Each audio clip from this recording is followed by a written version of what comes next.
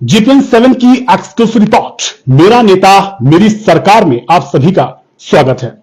आज हमारे साथ मौजूद हैं दिल्ली की आम आदमी पार्टी सरकार में गाजीपुर मुर्गा मंडी के चेयरमैन भाई मेहरबान कुरैशी। आज GPN7 ने उनसे बात की 2024 में होने वाले लोकसभा चुनाव के बारे में।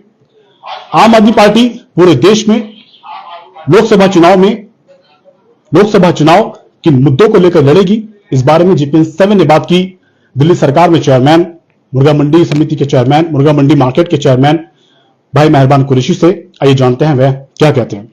मेहरबान कुरैशी साहब, 2024 में लोकसभा के चुनाव हैं जिसको लेकर सभी राजनीतिक पार्टियां पूरी तरह से सतर्क हो चुकी हैं। ऐसे में आम आदमी पार्टी का कारवां लगातार पूरे देश में बढ़ता जा रहा है।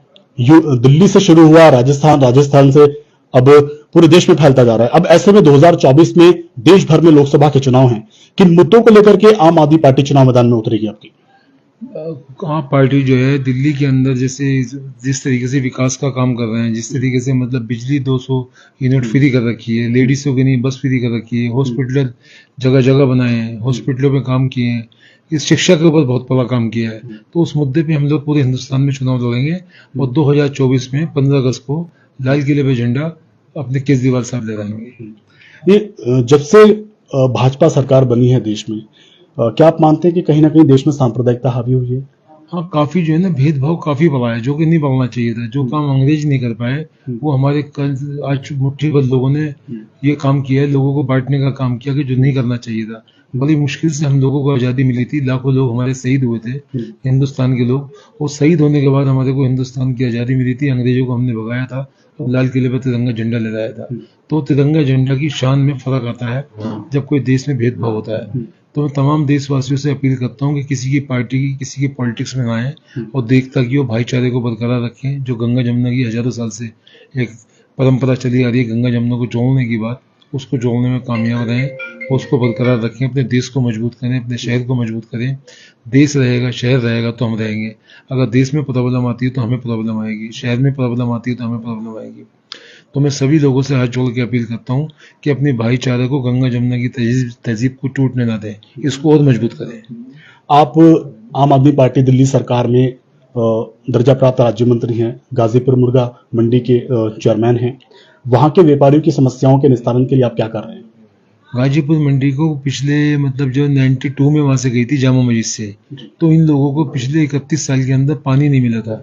ना मुर्गे की सफाई के लिए, ना मच्छी की सफाई के लिए, ना वहाँ पानी पीने के लिए। बहुत बड़ी प्रॉब्लम से वहाँ के व्यापारी गुजर रहे थे, जो कि जब केजरीवाल साहब ने, गोपाल राय साहब ने हम पे जिम्मेदारी दी तो हमने सबसे पहले उनकी पानी की समस्या हल करी है। बिजली की बहुत बड़ी प्रॉब्लम थी, बिजली की समस्या हल करी है। उसके बाद उनके लाइसेंस रिन्यू नहीं होते थे, अफसरशाही होती थी पूरी, अफसरशाही खत्म करके उनके लाइसेंस रिन्यू करवाएं। APMC बहुत कम दी जाया करती थी।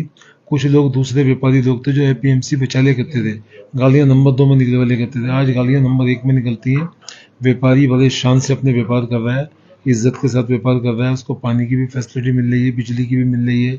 मतलब जो एक अच्छे व्यापारी को पूरी फैसिलिटी दिल्ली गवर्नमेंट से मिलनी चाहिए, वो केजरीवाल की सरकार, गोपाल राय की मिनिस्ट्री और मेहरबान कुरैशी की चेयरमैन की जो जिम्मेदारी है वो हम बाखूबी निभा रहे हैं। और वहाँ के लोगों से आप सर्वे करोगे तो वो कह देंगे कि हमें व्यापार करने की पूरी राहत केजरीवाल सरकार ने दी है, अब मिली है।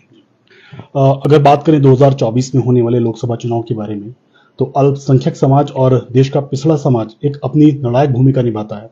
ऐसे में अल्पसंख्यकों को और पिछड़ा वर्ग को आम आदमी पार्टी से जोड़ने के लिए आप अपने स्तर से क्या कर रहे हैं? नहीं, मैं तो यही कहूंगा, जो अपने देश की बात करता है, अपने देश की एकता की बात करता है, उसको वोट दें। चाहे तीसरा गठबंधन बने, चाहे आम पार्टी अपने बलबूते पे चुनाव। आज तो अपने बलबूते पे लड़ने की बात करते हैं केजरीवाल साहब, और उम्मीद है उनके अंदर विल पावर बहुत है और देश की मतलब जो है ना सेवा करने की भावना है। तो उम्मीद ये है कि हम अपने बलबूते पे ही चुनाव लड़ेंगे, अपने बलबूते पे सरकार बनाएंगे, चाहे बाद में गठबंधन करना पड़े। पर केजरीवाल से बढ़िया प्रधानमंत्री का कैंडिडेट आज की तारीख में हिंदुस्तान में कोई नहीं है, जो सारे धर्मों को जोड़ सकता है, सारी कास्टों को एक प्लेटफॉर्म पे ला सकता है और हिंदू मुसलमानों को जो एक माहौल बना हुआ है उसको जोड़ने में कामयाब रहेंगे। अगर बात करें आपके सामाजिक जीवन की, आप लाल किला लव कुश रामलीला कमेटी के 35 वर्षों से उपाध्यक्ष रहे हैं, जहां इंदिरा गांधी से लेकर नरेंद्र मोदी तक के प्रधानमंत्री इस मंच पर आते हैं। ऐसे में आपका मुस्लिम समाज क्या विरोध करता है? ऐसे में आपका मुस्लिम समाज किस तरह से आपको देखता है, क्योंकि एक मुस्लिम का 35 सालों से रामलीला कमेटी का 35 वर्षों से उपाध्यक्ष होना एक अहम बात रखता है। क्या मुस्लिम समाज का भी विरोध करता है आपका? नहीं, मुस्लिम समाज को पहले जब हम लोग बने थे मतलब सन 89-88 के अंदर, तो कुछ कुछ लोग जो कम पढ़े लिखे लोग थे उन लोगों ने विरोध किया था। फिर उन लोगों ने बाद में ये देखा कि एक मतलब जो लाल किले के मंच से हजारों मैंने मुसलमान मेंबर बनाए और उस मुसलमानों को बुला के उनका स्वागत करते हैं लवकुश रामलीला कमेटी के पदाधिकारी। पहले रामकिशन गुप्ता थे, सुखबीर सिंह अग्रवाल थे, आज हमारे अर्जुन कुमार जी हैं अध्यक्ष। तो मुस्लिम समाज के जो मेंबर हैं उनको बाकायदा तस्वीरें दी जाती हैं मक्के की, मदीने की, कुरान शरीफ हिंदी के दिए जाते हैं, उनको टोपियां पहनाई जाती हैं। जब रोजा अफ्तार नवरात्रे एक साथ आते हैं तो हम रोजे और नवरात्रों के व्रत एक साथ खुलवाते हैं। तो उनको पता लगा हमारे मुस्लिम समाज के लोगों को कि ये तो एकता की और देश के लिए काम कर रहे हैं।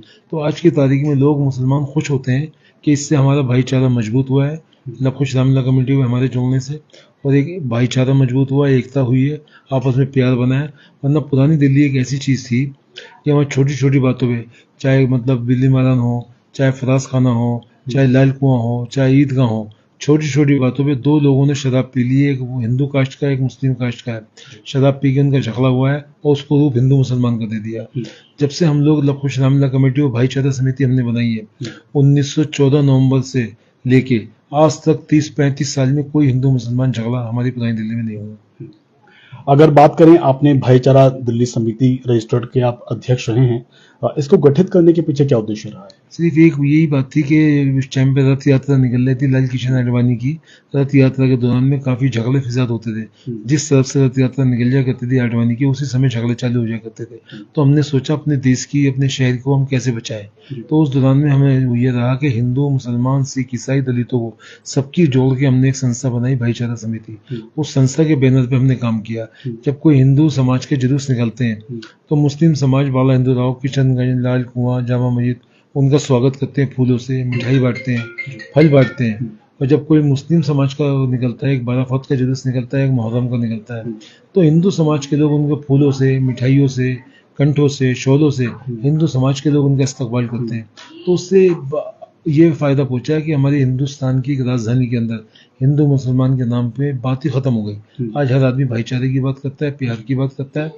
अगर हिंदुओं की शादी में जाओगे तो 25 से 30% लोग मुसलमान उनकी शादियों में मिलेंगे, मुसलमानों की शादी में जाओगे तो 25-30% हिंदू समाज के लोग उनकी शादियों में मिलते हैं।